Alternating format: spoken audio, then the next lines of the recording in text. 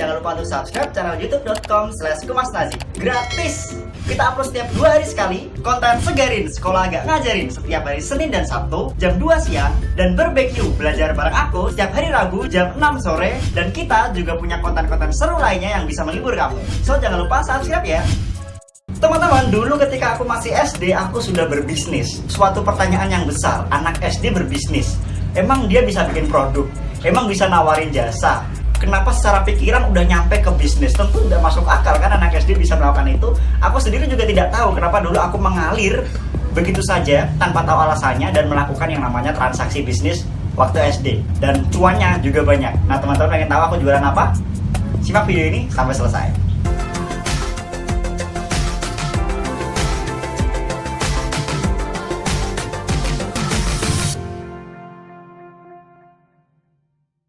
Dulu ketika aku SD, aku anak yang bisa dikatakan kreatif, tapi gak pinter, cuman kreatif aja. Bikin sesuatu atau bikin karya-karya ya yang gak penting, mainan bikin sendiri atau modifikasi Tamiya dan lain sebagainya. Pokoknya yang berhubungan dengan karya tangan. Sampai kemudian aku berpikiran untuk membuat buku catatan yang covernya wajahku sendiri atau wajah karakter kesukaanku. Waktu itu karakter Korea. Jadi aku suka Korea waktu aku SD ya. Nah, kebetulan orang tua aku kasih aku fasilitas di rumah, 1 komputer dan 1 buah printer. Jadi di rumah emang ada fasilitasnya. Sampai kemudian jadilah buku catatan versiku sendiri, yaitu semacam ini.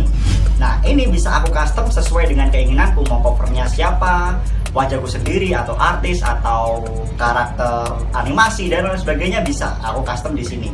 Sampai kemudian hari ketika teman-temanku satu kelas pada tahu aku punya catatan buku yang bisa custom kayak gini, mereka justru malah pesan ke aku dengan wajah mereka sendiri, wajah teman-temanku. Dah pada titik itulah aku akhirnya buka jasa untuk bikinin kayak gini. Nah, waktu itu aku gak berharap untung banyak, yang penting mereka bisa bayar satunya 5.000.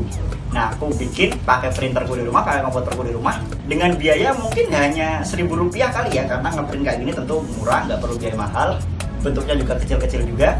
Jadi biayaku untuk bikin ini Rp1.000 dan aku jualnya 5.000-an waktu SD. Sampai kemudian kelas-kelas lain juga tahu. Akhirnya kalau aku ingat-ingat dulu aku bisa menjual sampai ke 5 kelas, satu kelasnya isinya 30 anak, itu artinya aku udah menjual ke 150 anak. 150 anak dikali Rp5.000, kira-kira aku udah dapat 750.000 waktu SD. Itu angka yang besar banget bagi anak SD. Sampai kemudian aku bisa membeli barang-barangku sendiri, beli tas atau sepatu baru pun aku juga bisa beli sendiri. Nah, jika teman-teman penasaran cara bikinnya, teman-teman simak terus video ini ya. Langkah yang pertama tentu cetak terlebih dahulu covernya sesuai dengan cover yang kamu inginkan, berukuran 8 cm x 8 cm. Kemudian ambil kertas bekas atau kertas ya baru juga boleh, nggak masalah sih. Kemudian potong covernya sesuai dengan ukuran, dan jangan lupa sisakan kertas kosong di bagian belakangnya ya, nanti karena nanti kita akan lipat di bagian tengahnya. Nah, setelah itu ukur di kertas berjumlah 25 lembar, kemudian potong. Jadi isinya 25 lembar kali 2 berarti 50 halaman ya teman-teman ya. Nah, teman-teman, untuk kertas covernya itu aku sebagai contoh kasih HVS ya, tapi kamu bisa cetak di kertas karton. Nah, kertas karton itu juga murah sama seperti kertas HVS, cuman lebih tebal aja. Nah, kemudian lipat bagian tengahnya seperti itu ya teman-teman ya.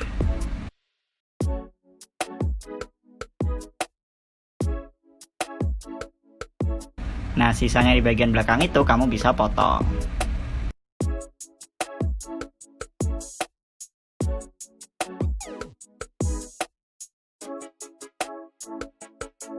Setelah itu staples bagian tengahnya, diusahakan staplesnya menghadap ke dalam ya teman-teman ya. Ke dalam artinya staplesnya mengunci dari belakang ke dalam. Jadi yang ada 2 capitnya itu di dalam ya teman-teman ya, biar tampilannya lebih perfect.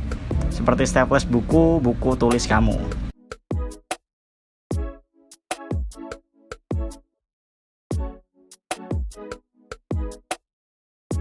Nah, jadilah, bisa tinggal kamu jual dengan harga 5.000-an.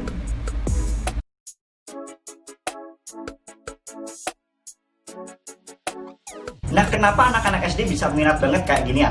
Nah, menurutku kalau dari sisi pandanganku, dulu waktu kami SD, kami kalau mau beli barang-barang, baik itu buku catatan atau mau beli buku baru, tentu harus pertama diantar orang tua, lokasinya juga cukup jauh, dan tentunya pasti banyak teman-teman yang buku-bukunya pasti sama.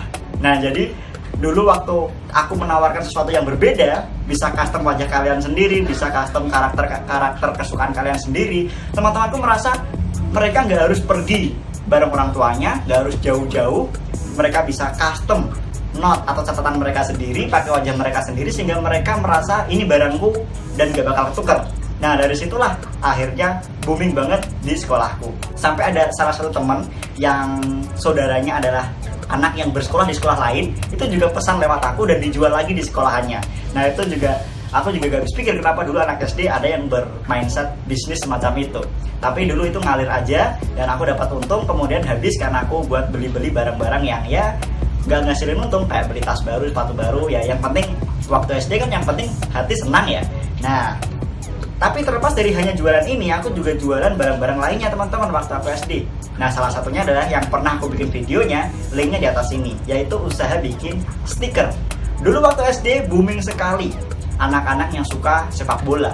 Ada yang mendukung klub Persija, Persibaya, Bandung, dan lain sebagainya.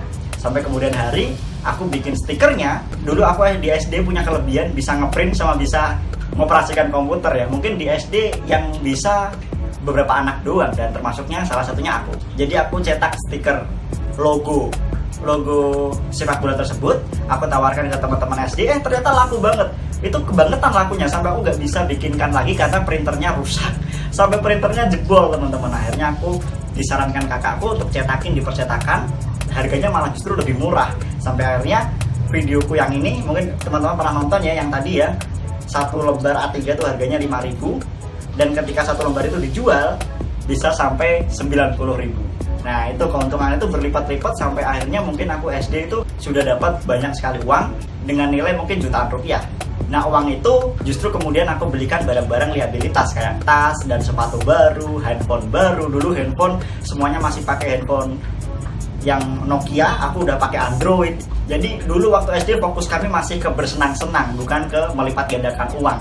Nah, itu juga salah. Mungkin kalau aku udah berfokus pada melipat gandakan uang, mungkin posisiku sekarang udah lebih banyak kali ya. Nah, sampai kemudian aku SMP, bisnis ini semuanya berhenti. Dan aku mulai lagi di kelas 2 SMP ya. Jadi kelas 1 aku nggak fokus, nggak tahu cara berbisnis lagi. Kemudian aku kelas 2 SMP baru mulai lagi.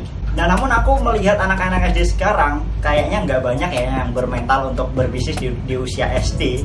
Karena mungkin sekarang uang saku sudah berlipat-lipat banyaknya, orang tua ngasih. Jadi aku rasa nggak kayak aku dulu. Dulu aku uang saku cuma Rp1.000. Dan kalau ke sekolah pulang jam 2 sore itu hanya makan satu kali di sekolah, itu pun makan nasi bungkus yang bungkusannya kecil banget, itu hanya satu suapan kali. Nah, begitu sulitnya keadaan waktu itu hingga akhirnya aku kepepet, aku harus menjual barang-barang semacam ini. Ya bukan orang tua aku tidak mampu banget nyatanya bisa punya komputer atau printer, tapi dari sisi keinginan diriku, aku selalu pengen nyari untung sampai sekarang. Nah, itulah teman-teman yang bisa aku sharing tentang bisnis yang aku lakukan ketika aku masih SD. Nah, kalau teman-teman mungkin anak-anak yang masih duduk di sekolah dasar atau mungkin SMP atau mungkin SMA, mungkin bisa tiru cara yang aku lakukan ketika aku SD. Tentunya ingat, kamu setiap membuat produk atau menjual barang, pastikan ada nilai lebih dari kompetitor kamu. Contoh book note-ku tadi, tentu book note yang pada umumnya tentu casingnya sama-sama aja, hanya mungkin tampilan bunga atau apa dan sebagainya. Kamu ciptakan coba casing yang bisa wajahnya mereka, bisa karakter kesukaan mereka, mungkin dengan sistem pre-order, karena sekarang usia dropshipping itu banyak. Teman-teman bisa mulai untuk menjual produk dengan nilai lebih kalian sendiri. Nah, itulah trik yang bisa membuat produk teman-teman laku keras. Semoga pengalamanku ini bisa menginspirasi teman-teman. Ingat bahwa berbisnis itu tidak terpatok usia berapapun, kamu juga bisa mulai di usia berapapun. Yang penting mau berusaha ya. Gue Mas Lagi Setiari, bye bye.